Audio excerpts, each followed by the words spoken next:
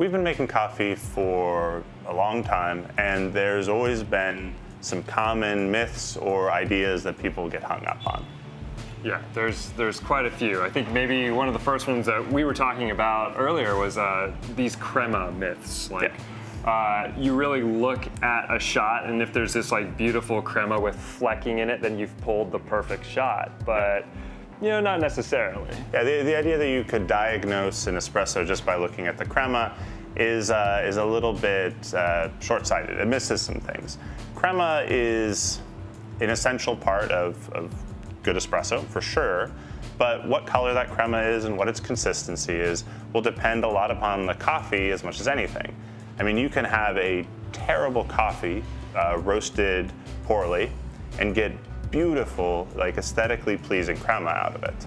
And you can have the most like lovely, special, complex, intricate coffee around, and it'll get just the palest, kind of saddest, ghostly espresso crema. Yeah, absolutely. I think one of the best examples of that is Italian roasters include Robusta into their blends simply to add this really thick, dark crema on top of their shot, so it looks beautiful.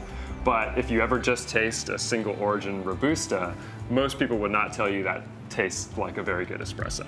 So there's also people who will talk about there's also the idea that you can choose when to turn off a espresso shot or when to stop an espresso shot based off of crema. And that's another major issue. The idea is that once it starts to blonde, that's when you need to stop it. But it's somewhat insane because every single coffee is going to blonde at a different point, and the crema of every single coffee is going to be a little bit different. Instead, by focusing on the recipe and the brew ratio, paying attention to your dose and paying attention to your yield, and getting those things like exactly where you want them, that'll result in a much better espresso than just looking at the color of the crema. Yeah, blonding is a very subjective thing. When I think maybe something's turning blonde, maybe Charles doesn't think it's turning blonde. And only when we start being able to talk in a language that's common, like a brew ratio recipe, can we really start to share what we think tastes good and what we think is right. And that allows us to move forward because we can share things. That said, crema color will tell you some things, especially with regards to consistency. If you have pulled the same shot 20 times, and it looks a certain way every single time, and the 21st time it's completely different, it's probably not any good. But that knowledge is only important in the context of everything else that you know. Absolutely. I mean, the major thing that's going to differentiate the color of the crema is the level of roast. Because if you think about it, you're going to get a color of espresso that is based on how dark the beans are in the hopper. So, for instance, somebody that's roasting really, really dark, you get this really dark crema on top. But if you're brewing something that's a really light roasted coffee, it's going to come out looking blonde immediately. Yeah. So that's the major thing. Also, it should be noted that crema tastes terrible.